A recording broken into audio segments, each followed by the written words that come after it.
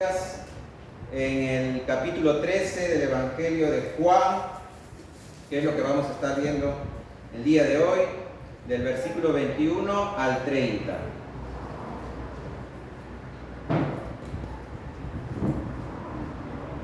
Ahí lo sugiere si pueden estar repartiendo las Biblias que están al fondo, por favor, a los que no tienen, que veo muchas caras nuevas que no tienen aún la Biblia.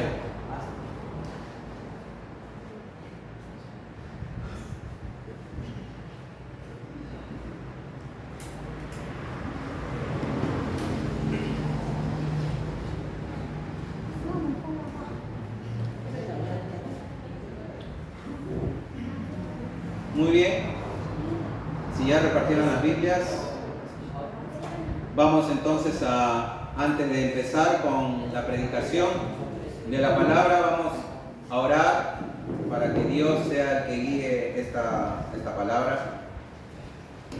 Quiero que cierren sus ojos y me acompañen en oración, por favor. Dios mío, Señor, Padre amado, te doy gracias por este día, gracias porque pudimos, Señor, adorarte, alabarte, bendecir tu nombre. Y ahora, Señor, llega el momento sublime de escuchar tu santa palabra, el momento en el cual tú nos hablas, Señor, a nuestros corazones. Y te pido que en esta tarde tu Espíritu Santo, en primer lugar, esté obrando en mí para que yo pueda predicar, Señor, fielmente tu palabra, para que no sea yo, sino que sea tu Espíritu Santo hablando a los corazones de mis hermanos. Y que también, Señor, obre el Espíritu Santo en los corazones de mis hermanos para que pueda abrir, Señor, sus ojos espirituales, sus oídos espirituales, para que estén atentos, Señor, a tus verdades y para que no salgan como vinieron, sino que salgan transformados, Señor. Que tu Espíritu Santo obre, Señor, que tu Espíritu Santo salve, Señor, que tu Espíritu Santo santifique y edifique a tu iglesia. Todo esto te lo pido, Señor, en el poderoso nombre de tu Hijo Jesucristo. Amén. Amén. Muy bien, voy a empezar esta predicación haciéndoles una pregunta a todos ustedes. La pregunta es: ¿qué es lo peor que te puede hacer una persona a la que amas? Una persona a la que tú quieres mucho, a una persona a la que tú estimas mucho. Así que vamos a hacer un ejercicio. Quiero que los que vienen en pareja miren a sus esposos, a sus esposas, a sus novios, sus novias. Si eres casado, obviamente. También quiero, si no eres casado, eres soltero, quiero que mires, si eres hijo, que mires a tus padres. Si eres padre, que mires a tus hijos. O de última, quiero que pienses en algún amigo o en algún familiar que tú estimas mucho, que tú quieres mucho. Quiero que pienses en esa persona en este momento. Quiero que la mires, quiero que te pongas a pensar en cuánto amas a esa persona. Y una vez hecho eso, vuelvo a repetir la pregunta: ¿qué es lo peor que puede hacer una persona a la que amas? ¿Qué es lo que te puede hacer? ¿Qué es lo peor que te puede hacer? Y lo peor, hermano que me escuchas, lo peor que puede hacer una persona en esta vida es traicionarte. No hay nada que duela más en el corazón de una persona que la traición. Y esta palabra, traición, significa falta que se comete quebrantando la fidelidad o lealtad que se debe guardar o tener hacia alguien. Es decir, cuando una persona traiciona a otra persona, está quebrantando esa fidelidad, esa lealtad que le debe tener. Está lastimando a esa persona. Y en el mundo, mis hermanos, en el mundo la traición es algo normal. Lo podemos ver en las novelas, los que ven novelas, no sé si habrá alguien que ve novelas por acá. Podemos ver en las películas también, en la música que se canta, que se escucha hoy en día. Escuchamos que tanto el hombre traiciona a la mujer, o la mujer traiciona al hombre. Lo podemos ver también en la historia de la humanidad. y en la vida cotidiana misma. La traición parece como que fuera el pan de cada día en las personas de afuera. Y lamentablemente, mis hermanos, aunque no lo quieran creer, en la iglesia también se ve eso. En la iglesia también existen traiciones. Y lo podemos ver en la propia Biblia. Los que han leído la Biblia se darán cuenta que está marcada por traiciones. Y una de las más destacadas, los que leyeron el libro de Samuel o de Reyes, vemos ahí a David, el rey David, que fue traicionado por su propio hijo, el cual se llamaba Absalón. ¿Quién iba a pensar que su propio hijo iba a traicionar a su padre para quitarle el reino?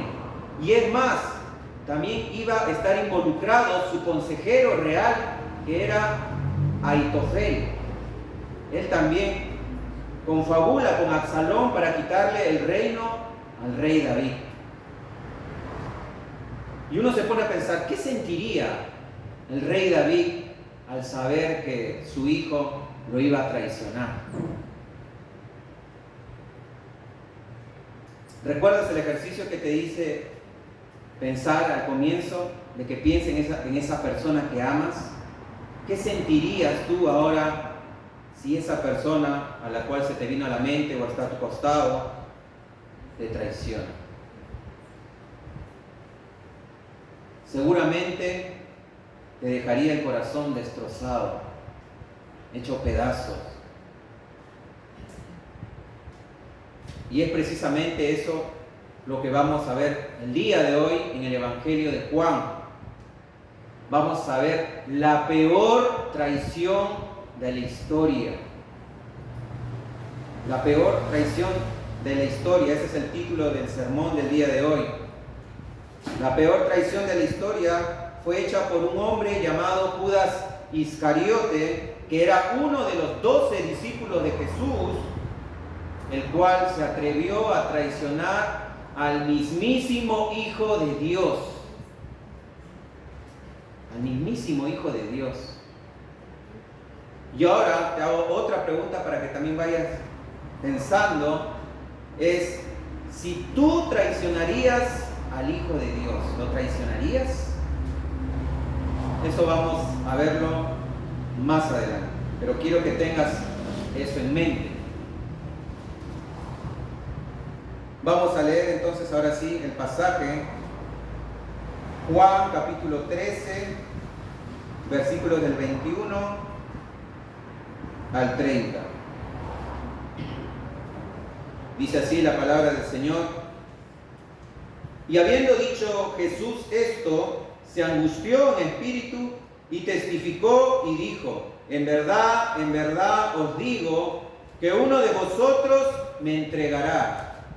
Los discípulos se miraban unos a otros y estaban perplejos sin saber de quién hablaba.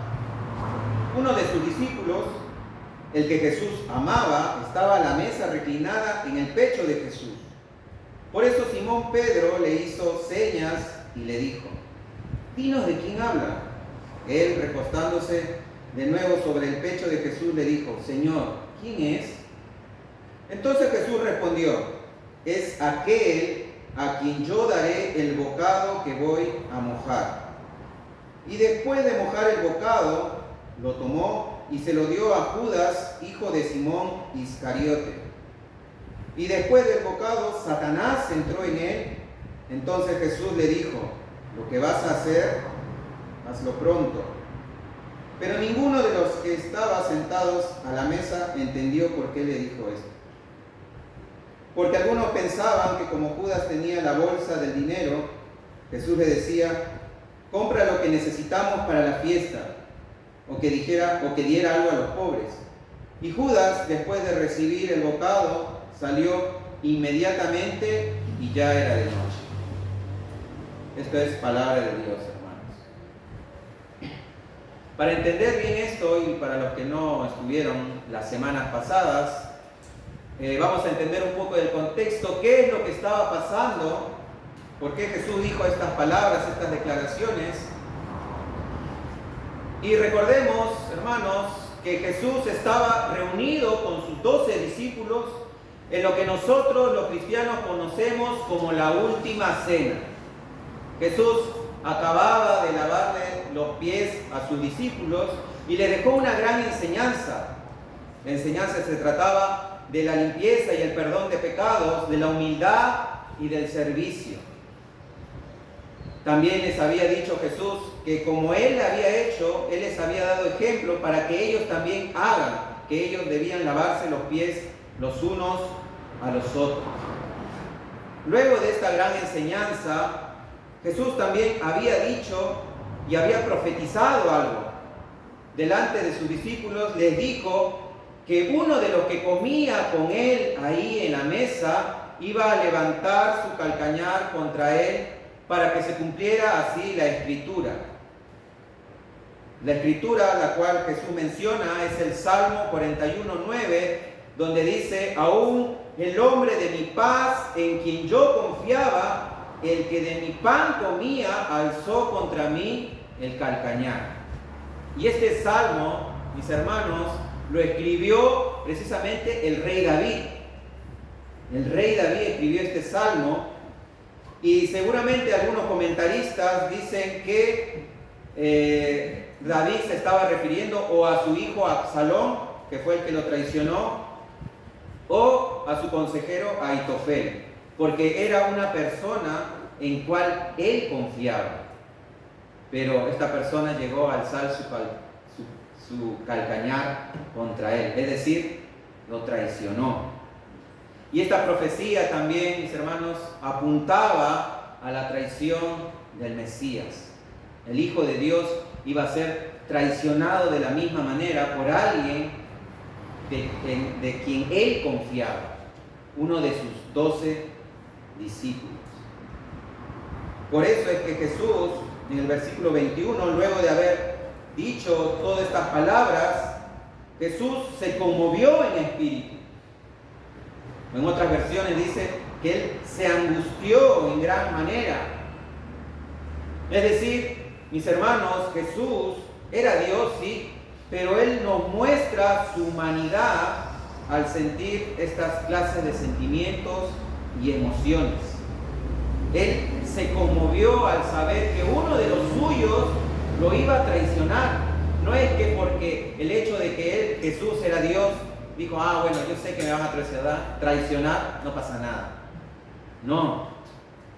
Él se conmovió, Él se angustió en gran manera. Por eso es que les hice ese ejercicio. ¿Cómo se sentirían ustedes si una persona, la persona a la que amas, te traiciona? Lo mismo sintió Jesús. Lo mismo sintió Jesús. Mostrando así que Jesús era 100% hombre. Y también este conocimiento acerca de que Judas lo iba a traicionar, también nos muestra la omnisciencia de Jesús. Y por consiguiente nos muestra que Jesús también es Dios. Porque tiene ese atributo de la omnisciencia que solamente Dios puede tener. Y nuevamente, ¿qué haríamos nosotros ante esa situación? Ya no solamente qué sentirías, sino qué harías. ¿Qué harías al saber que alguien te va a traicionar o que ya lo hizo? ¿Cómo sería tu reacción? Seguramente estarías conmovido, entristecido, angustiado y destrozado por dentro, al igual que Jesús. Eso fue lo que sintió Jesús en su humanidad. Jesús entonces, luego de estar así conmovido en el espíritu, Jesús anuncia la traición delante de todos sus discípulos. Versículo 21 hace esta sorprendente declaración diciendo: en verdad os digo que uno de vosotros me entregará. Y esta frase, en verdad os digo, o como dice la Reina Valera, de cierto os digo, era como para los judíos como una especie de juramento. Jesús estaba afirmando que lo que estaba hablando iba en serio, que alguien realmente le iba a traicionar, que no era una broma.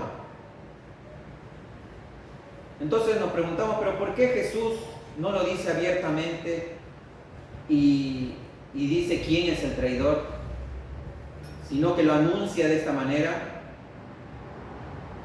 Y al parecer Jesús estaba dando aquí la última oportunidad al traidor, es decir, a Judas, para que abandonase ese perverso plan. Por eso es que no lo denunció directamente. El Señor sí reveló quién iba a traicionarlo.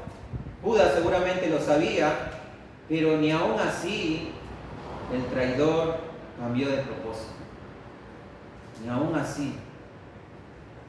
Y esto nos muestra a nosotros, hermanos, que nuestro Señor siempre nos da la oportunidad para arrepentirnos de nuestros pecados. Como le dije, el Señor es omnisciente, Él lo sabe todo. No tienes por qué ocultarle nada. Y Él siempre está dispuesto a perdonarte. Porque como cantamos y leímos también en su palabra, sus misericordias son nuevas cada día. Dios siempre está dispuesto a perdonarnos, hermanos. Jesús estuvo dispuesto a perdonar a Judas. ¿Y cuál es la reacción que tienen entonces los discípulos de Jesús? ¿Cuál es la reacción ante tal sorprendente declaración que Jesús acaba de anunciarles? Versículo 22 dice: los discípulos se miraban unos a otros y estaban perplejos sin saber de quién hablaba.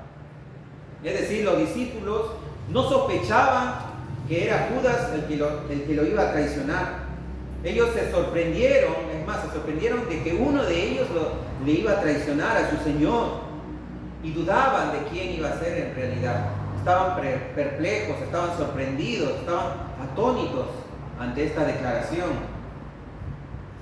Y en los otros evangelios, los evangelios sinópticos, Mateo, Marcos, Lucas, nos dicen que no solamente estaban perplejos, sino que también estaban entristecidos en gran manera.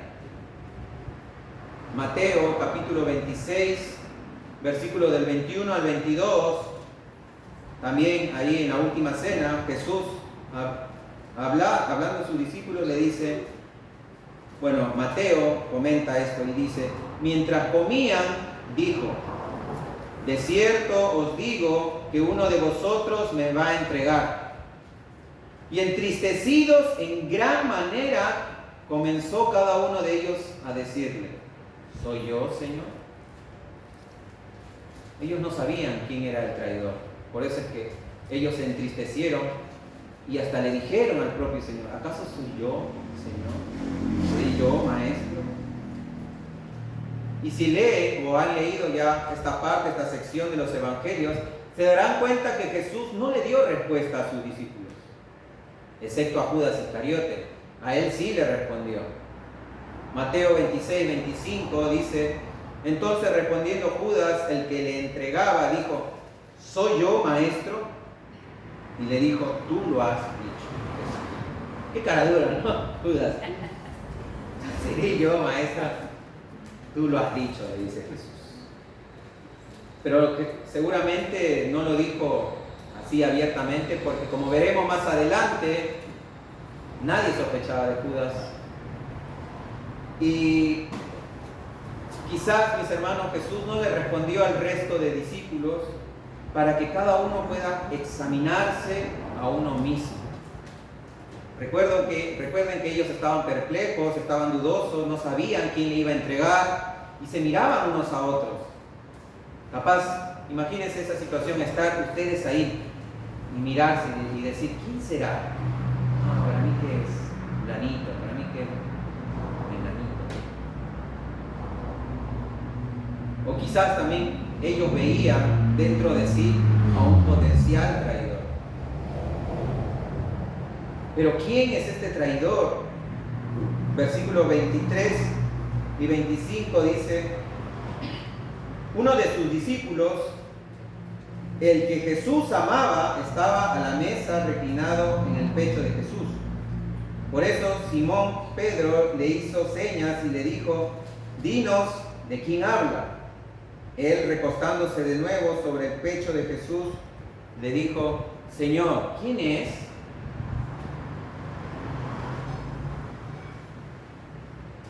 Vemos entonces que entra en escena alguien a quien se le conoce como el discípulo al que Jesús amaba. Y la mayoría de eruditos, estudiosos, teólogos, concuerdan que este discípulo al que Jesús amaba era el propio Juan, el que escribió precisamente este evangelio. Él, por humildad, omite mencionar su nombre, pero no pone a duda en mencionar que ocupaba un puesto especial en el corazón de Jesús. Es por eso que él estaba recostado al lado del Señor. Y al final de su evangelio, mis hermanos, podemos corroborar que ciertamente este discípulo al que Jesús amaba era Juan. Quiero que vayan a Juan capítulo 21, del 20 al 24, donde Jesús tiene una charla con Pedro.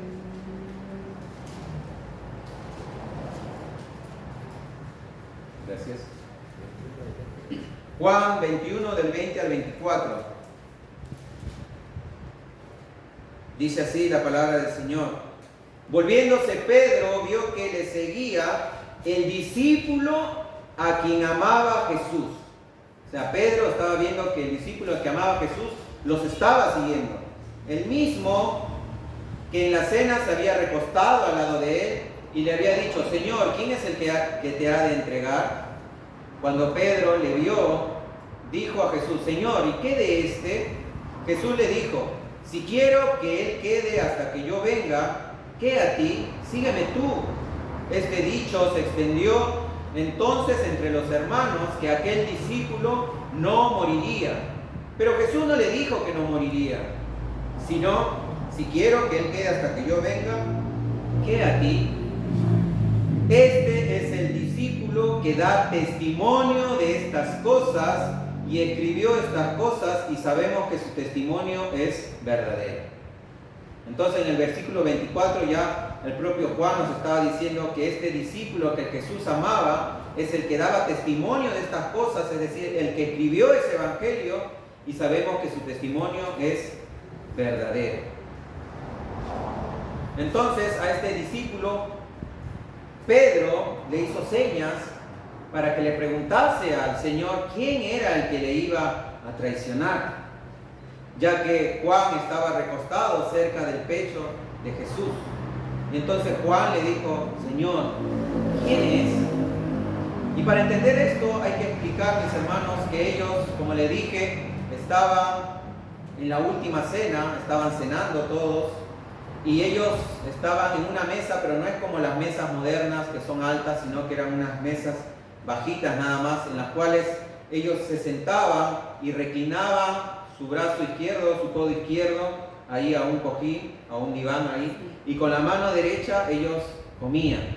Entonces, si estaban así reclinados, obviamente estaban en el pecho, en el lugar de la otra persona.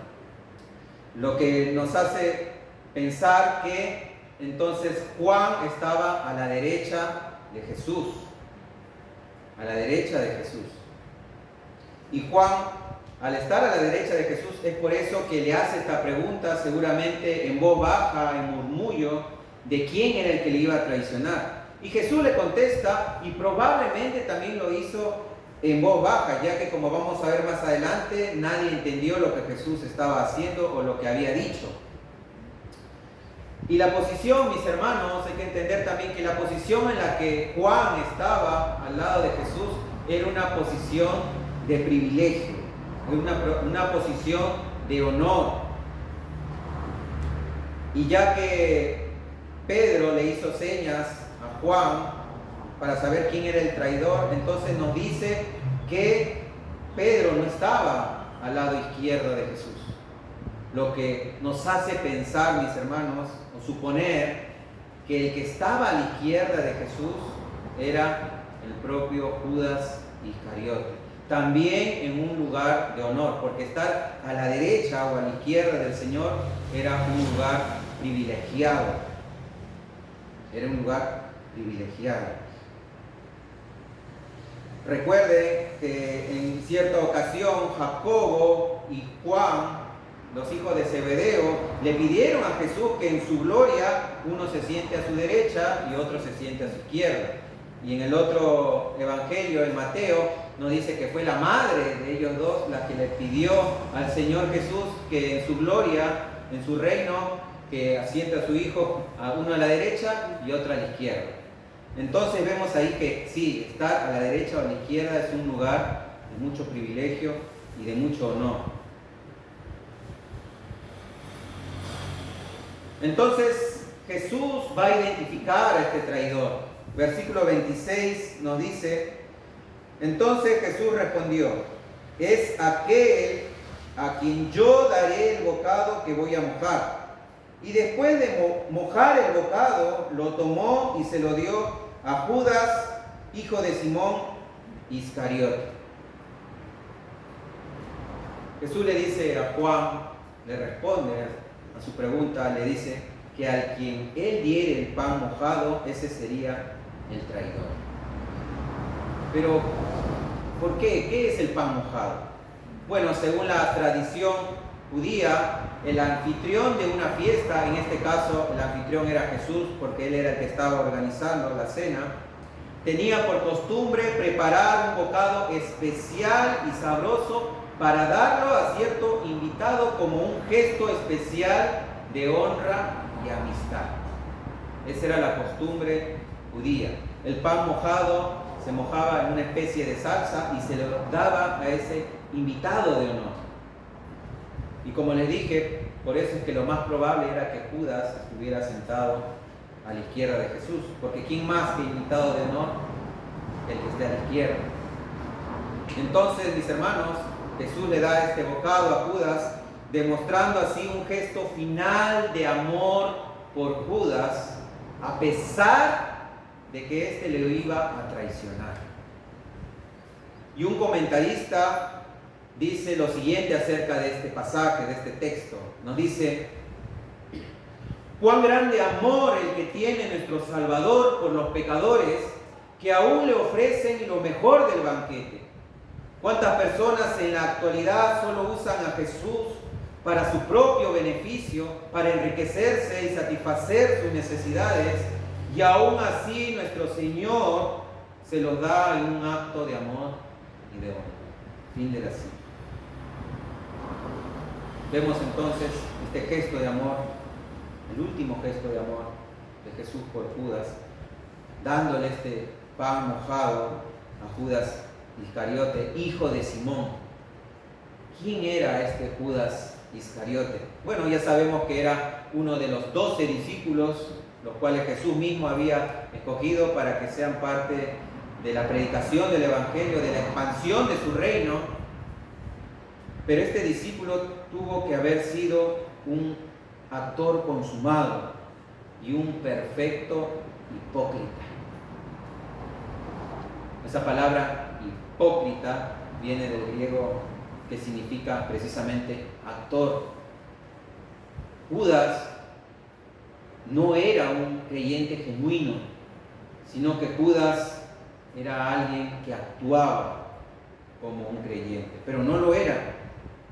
Judas tuvo que haber estado fingiendo amor y una lealtad que engañaron a todos, que engañó a todos, excepto a Jesús. Excepto a Jesús. Judas seguramente era esa clase de personas que por fuera aparentaba mucha piedad, pero por dentro estaba lleno de iniquidad, de maldad. Y aquí hay una advertencia para nosotros también en esta tarde. ¿Cuántas personas hay así en las iglesias? Que viven solo de las apariencias, que viven solamente una vida religiosa, una vida falsa, oculta a los ojos de los hombres, pero no a nuestro Señor, porque nuestro Señor conoce nuestros corazones, conoce nuestras intenciones. Hermanos, podemos engañar a la gente, pero no podemos esconder nuestro corazón ante los ojos de Cristo. Versículo 27 dice: y después del bocado, Satanás entró en él. Entonces Jesús le dijo: lo que vas a hacer, hazlo pronto. Jesús le dio ese último gesto de amor a Judas. Y el texto nos dice que Satanás, el propio diablo, entró en Judas. Es decir, Judas fue poseído por el mismísimo Satanás. ¿Y cómo actúa una persona poseída por el diablo? A diferencia de las películas hollywoodenses que seguramente alguna vez habremos visto, donde el poseído camina por las paredes, se le ponen los ojos blancos, cambian el tono de voz, voltean su cabeza a 360 grados, vomitan algo asqueroso, etcétera, etcétera. A diferencia de esto, Judas lo que hizo fue traicionar a Jesús. Traicionar a Jesús. Es así como actúa una persona que es poseída por Satanás. Hace los deseos de Satanás. Lo mismo que cuando uno está lleno del Espíritu Santo, poseído por el Espíritu Santo y hace la voluntad de Dios. Es por eso que el apóstol Pablo nos manda a ser llenos del Espíritu Santo, para que el Espíritu Santo sea el que controle nuestras acciones, nuestras emociones, nuestra forma de pensar. Pero en este caso, Satanás poseyó a Judas y este lo traicionó. Traicionó a su Señor, a Jesucristo. Y Jesús le dijo, luego de saber eso también, Jesús le dijo a Judas que lo que iba a hacer, que lo haga más pronto. ¿Y qué es lo que Judas iba a hacer? Judas lo iba a vender por 30 monedas de plata. Lo que cuesta un esclavo, 30 monedas de plata. Entonces aquí podemos ver, mis hermanos, otra característica de un falso creyente como lo era Judas, y es que es avaricioso. Judas era avaricioso. No solamente era un hipócrita que se ponía una máscara delante de los demás, sino que también amaba el dinero. Y hoy en día, ¿cuántos más hacen lo mismo? Existen muchos predicadores por ahí que lucran con la fe. Venden el Evangelio y tuercen las Escrituras para su propio beneficio, para enriquecerse ellos mismos, para sus propios deleites, para su propio estómago. Muchos andan por ahí de la misma manera que Judas Iscariote. Y hermano, cuidado con el amor al dinero, porque la Escritura dice que el amor al dinero es el principio de todos los males. El principio de todos los males. Judas amaba más el dinero que al propio Hijo de Dios. Judas amaba más el dinero. Es una persona avariciosa.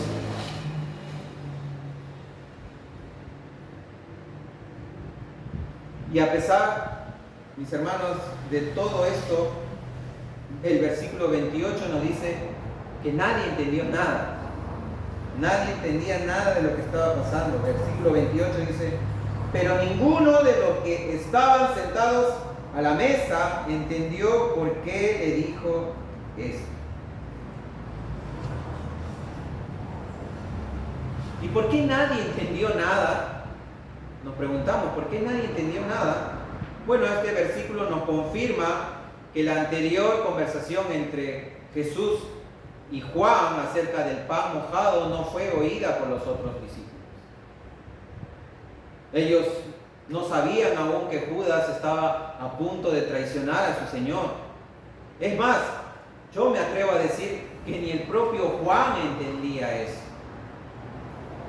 Pensemos un momento. Pensemos que Judas, al igual que Juan, estaban en un lugar privilegiado. Uno a la derecha y el otro a la izquierda. Estaban en un lugar de honor.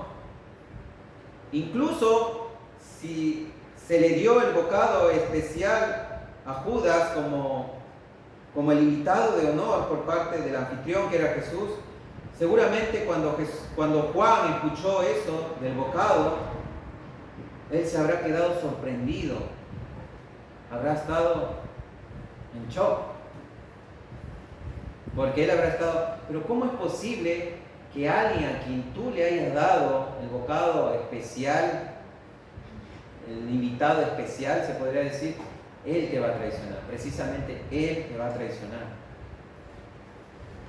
Yo me imagino que Juan tampoco entendía muy bien.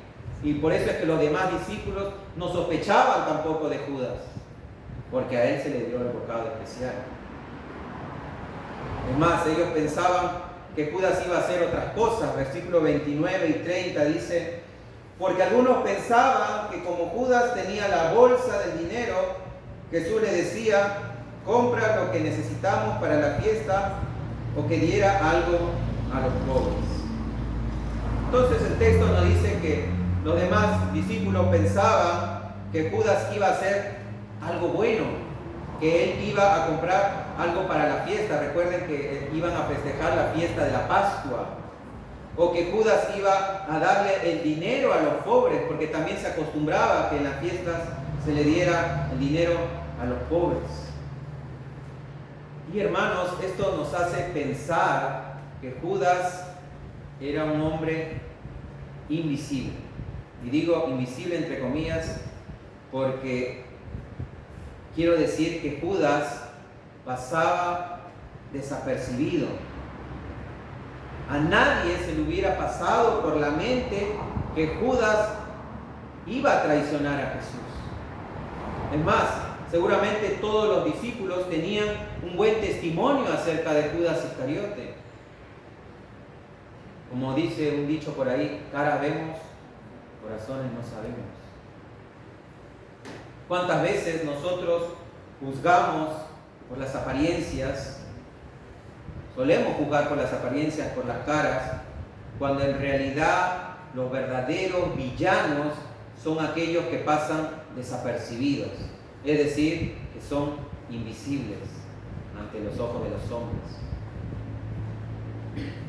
Y el apóstol Pablo ya le había advertido también de eso a su discípulo Timoteo en su segunda carta, segunda de Timoteo, capítulo 3, versículo del 1 al 5.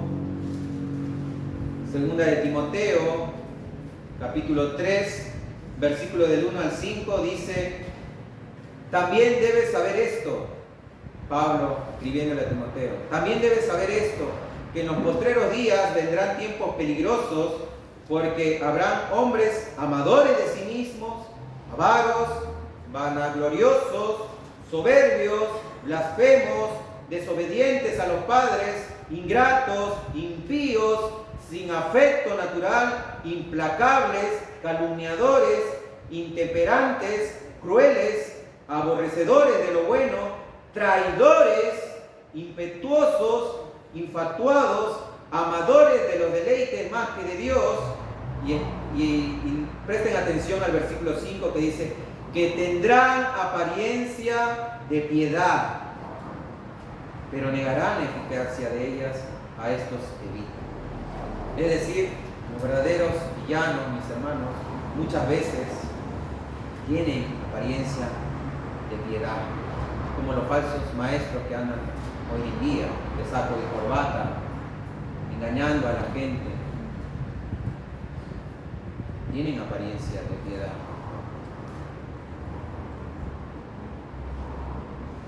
Cuando Judas comió el bocado, salió y ya era de noche, nos dice el versículo 30.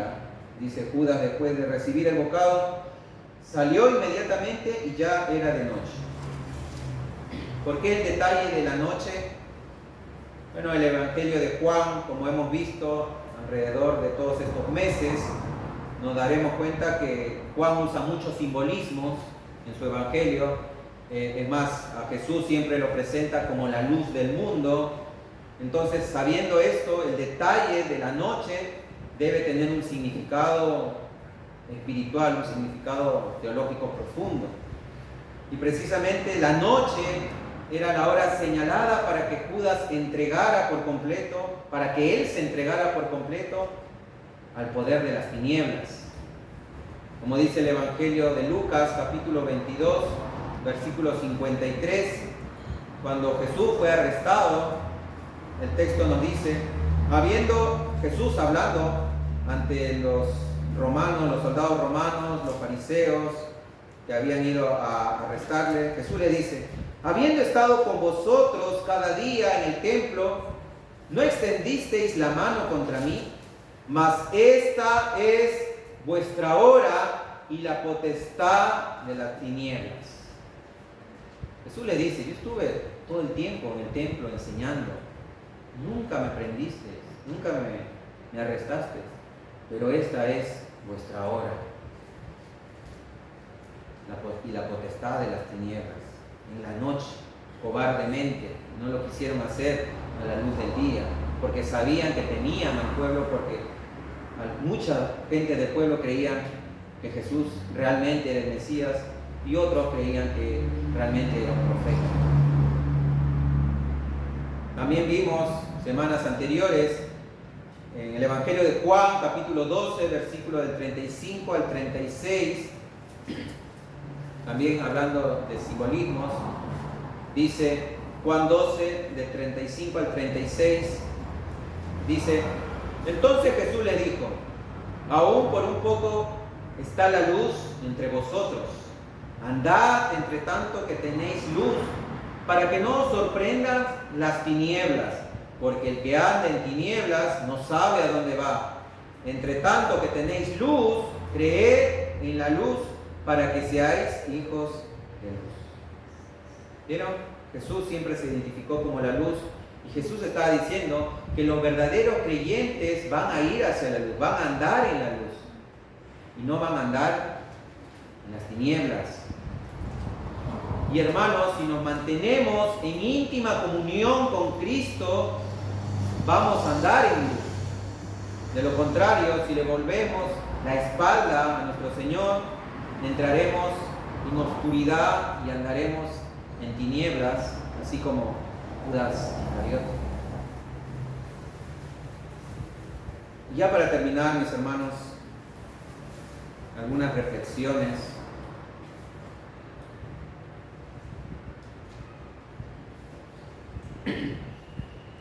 Seguramente estarás pensando, sí, ese Judas era un malvado, qué porquería de persona, seguro se estará pudriendo en el infierno. Pero ¿qué de nosotros? ¿Qué hay de nosotros? Me incluyo, ¿qué hay de nosotros? ¿Te acuerdas que al principio de la predicación te hice una pregunta? ¿Tú traicionarías al Hijo de Dios?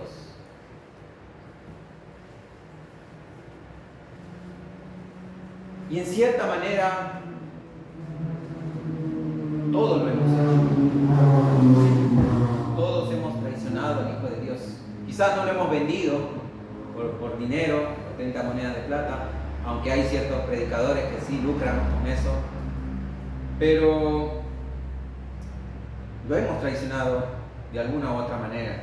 Es más, el propio Pedro le dijo a Jesús, más adelante, después de esta conversación, le dijo, mi vida pondré por ti. Y luego, ¿qué hizo Pedro? Lo traicionó, lo negó y hasta lo maldijo, diciendo que no lo conocía.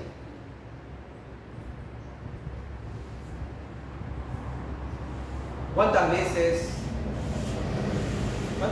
preferiste ver un partido de fútbol a ir a la iglesia? ¿Cuántas veces preferiste ver una serie de Netflix a orar y a leer la Biblia con tu familia? ¿Cuántas veces preferiste estar con tus familiares hablando de cosas seculares en vez de venir a la iglesia a adorar a Dios? ¿Cuánto tiempo pasas con tu celular en vez de tener un estudio serio de la palabra de Dios? Oh, hermanos, todos traicionamos al Hijo de Dios cuando pecamos. Cuando sabiendo hacer lo bueno, no lo hacemos.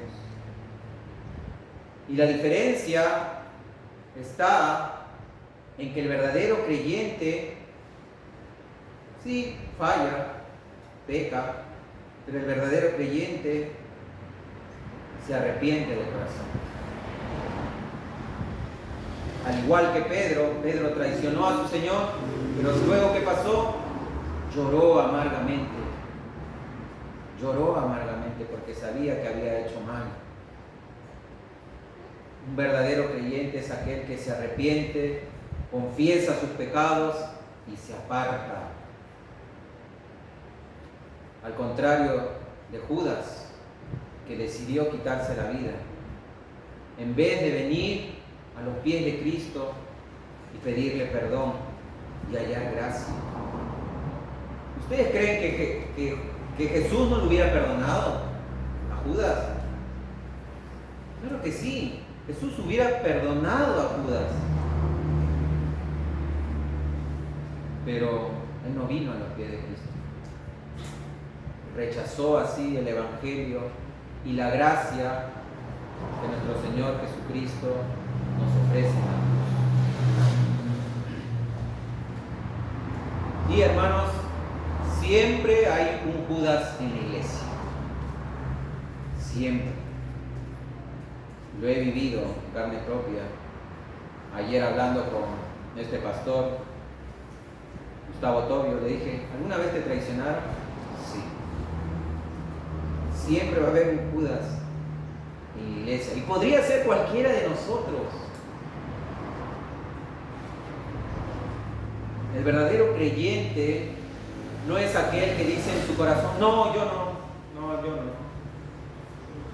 sino que es el que tiene la actitud de los discípulos y dice en su corazón, ¿seré yo, Señor? ¿Acaso seré yo? ¿Estás hablando de mí? Hermanos, debemos examinarnos a nosotros mismos. No vaya a ser que nos estemos engañando y viviendo una vida religiosa nada más. Hagámonos las siguientes preguntas para examinarnos. ¿Amamos a Jesús? ¿Amas a Jesús? ¿En verdad lo amas? Recuerden que Judas amaba más el dinero que a Jesús. Y quizás no estés amando el dinero, pero puedes amar otras cosas más que a Jesús. Incluso cosas buenas, como tu familia, algún deporte, un hobby.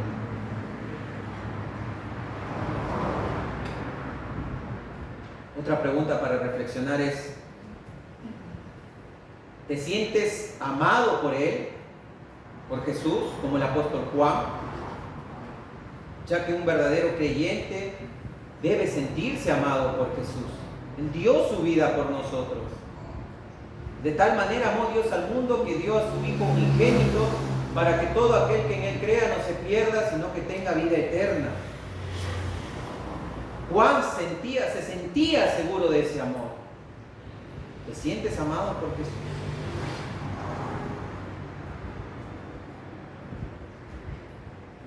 Otra pregunta para reflexionar es,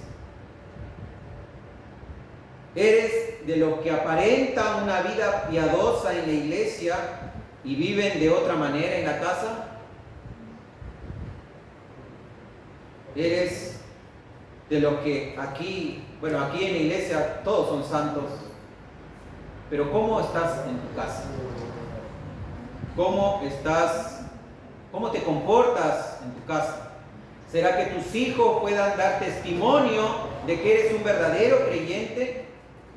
O quizás tus hijos no quieran venir a la iglesia precisamente porque no ven en ti a Jesús. No reflejas el amor de Jesús.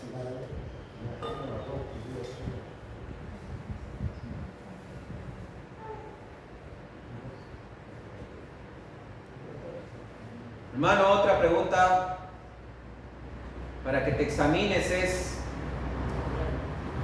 ¿amas el dinero a tal punto que estás dispuesto a sacrificar las cosas de Dios? He conocido a muchas personas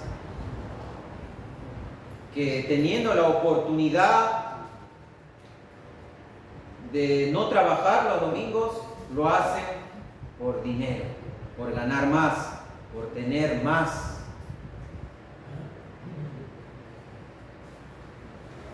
Viendo así, mostrando así su corazón y su amor al dinero. Otra pregunta para que pueda ser examinado sería: si en algún momento de tu vida eres confrontado por tu pecado, así como lo fue Judas delante de todos, ¿huirías como Judas? ¿Lo negarías o pedirías perdón?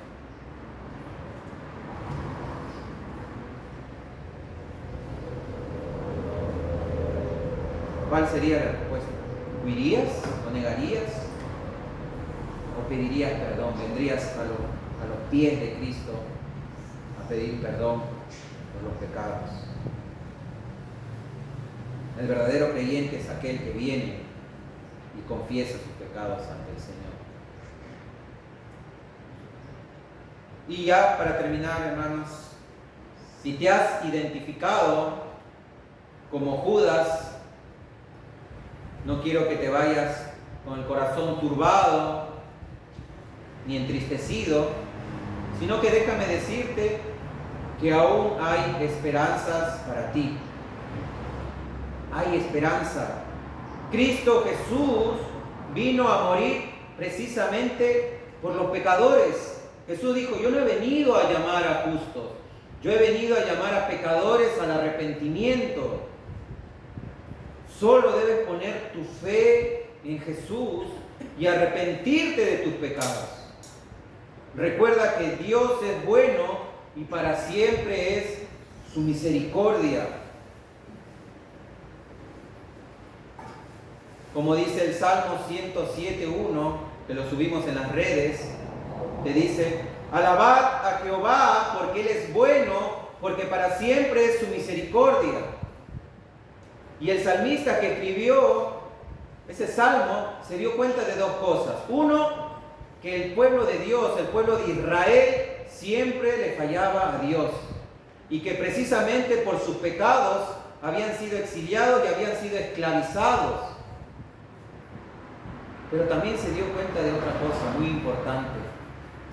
Que cuando ellos pidieron perdón, se arrepintieron de sus pecados, volvieron el rostro hacia su Señor, hacia Dios, Dios los perdonó. Dios los perdonó, los limpió de sus pecados. Y es por eso que el salmista alaba a Jehová, dice: alabad a Jehová, porque Él es bueno y para siempre es su misericordia. Y esto mismo nosotros podemos verlo en la cruz. En la cruz es donde vemos ahí la bondad y la misericordia de Dios. Es ahí donde nosotros podemos venir humillados, arrodillados ante Dios, pidiéndole perdón por nuestros pecados y pidiéndole que Él obre en nuestro corazón para que nos transforme en la imagen de Él mismo. Así que, hermanos, aún hay esperanza. Mientras hay vida, hay esperanza. Vengamos a los pies de Cristo sabiendo que Él es bueno y que para siempre es su misericordia. Oramos, hermanos. Adrián, ¿quieres orar, por favor? Oh Señor, muchas gracias por haber hablado de los corazones.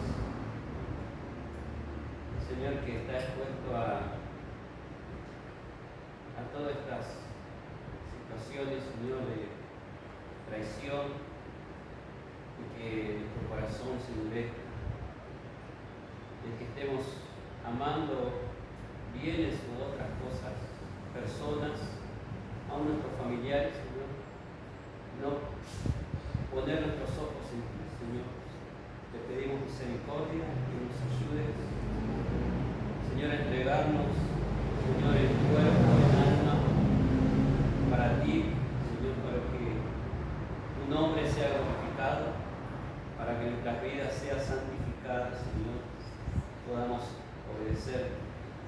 Ayúdanos, Señor, como iglesia, como miembros, nosotros, Señor, poder vivir esta vida, Señor, a la luz de tus ojos, a la luz, Señor, de tu palabra, podamos caminar, Señor, y ser victoriosos, Señor, en cada área de nuestra vida, Señor, por amor de tu nombre, en el nombre de Jesús. Amén. Amén. Muy bien, hermanos. No hay más anuncios, así que los despido, que tengan un lindo fin de semana y que estemos meditando también en la palabra del día de hoy.